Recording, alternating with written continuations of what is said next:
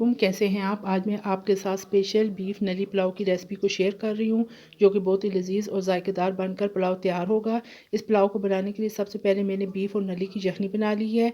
इसके अंदर 3 से 4 अदद लहसुन की जवे, 1 अदद प्याज, साबुत गर्म मसाला में 2 मोटी इलायची, दालचीनी के टुकड़े, सौंफ 1 चम्मच, ये तमाम चीज़ें डालकर मैंने गोश्त को अच्छे तरीके से गला लिया है। आधे घंटे के लिए मैंने प्रेशर कुकर का ढक्कन बंद किया था और अच्छी तरीके से यखनी तैयार हो चुकी है। अब पुलाव को बनाने के लिए जिन मसाला जात की ज़रूरत है उनमें मैंने लिए हैं साबुत खुश्क धनिया 1 टेबल स्पून, सफ़ेद ज़ीरा 1 टेबल स्पून, सौंफ 1 टीस्पून, 2 अदद मोटी इलायची, 3 अदद बादियान के फूल, 2 से 3 अदद दालचीनी के टुकड़े। इन तमाम चीज़ों को मैंने हल्का सा ड्राई रोस्ट करूँगी और फिर इनको ग्राइंड कर लूँगी और इस तरीके से ये हमारा पुलाव का मसाला तैयार हो जाएगा। इसके साथ 2 मीडियम साइज़ के टमाटर लिए हैं, 2 टेबल स्पून पिसा हुआ अदरक और लहसुन, कुटी हुई लाल मिर्च 1 टेबल स्पून, नमक 1 टेबल स्पून, हल्दी पाउडर 1 टीस्पून, 3 से 4 अदद सब्ज़ मिर्चें। चलिए आज के पुलाव को बनाना शुरू करते हैं। बिस्मिल्लाहिर्रहमानिर्रहीम। एक पतीले के अंदर 1 कप कुकिंग ऑयल को शामिल कर दें। जैसे ही ऑयल गर्म हो जाए तो इसके अंदर प्याज को डाल दें। प्याज को आपने लाइट सा ब्राउन करना है, डार्क ब्राउन नहीं करना।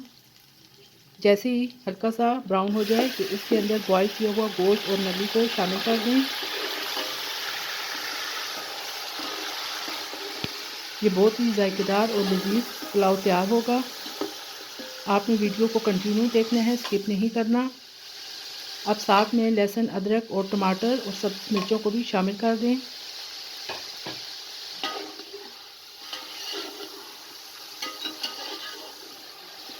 तमाम चीज़ों को अच्छे तरीके से मिक्स कर लें। अब साथ में तमाम खुश्क मसाला जात भी शामिल कर दें।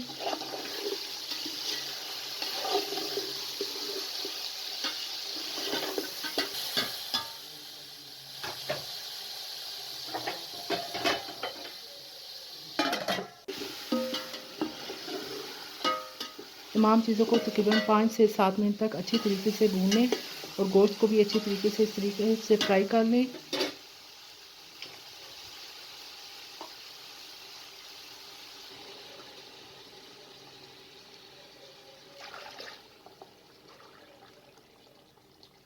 अब जो यखनी थी वो आप इसके अंदर शामिल कर दें। अगर यखनी कम है तो साथ में पानी भी आप डाल दें। ये तकरीबन मेरे पास 1 किलो चावल है और इसका मैंने 2 किलो पानी इस्तेमाल कर रही हूँ, जिसमें 1 किलो यखनी है और 1 किलो पानी है, क्योंकि जितने हम चावल लेते हैं उसका डबल हम पानी डालते हैं।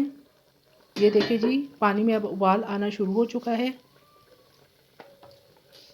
अब जो धो के हमने भिगोए हुए चावल रखे थे वो आप इस तरीके से शामिल कर दें। नमक आप चेक कर लें, अगर आपको नमक कम लगे तो आप और भी डाल सकते हैं।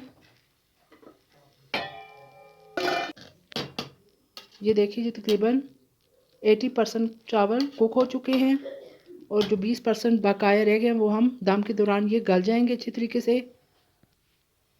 अब फ्लेम को बिल्कुल लो कर दें और चावलों को दम पे रख दें।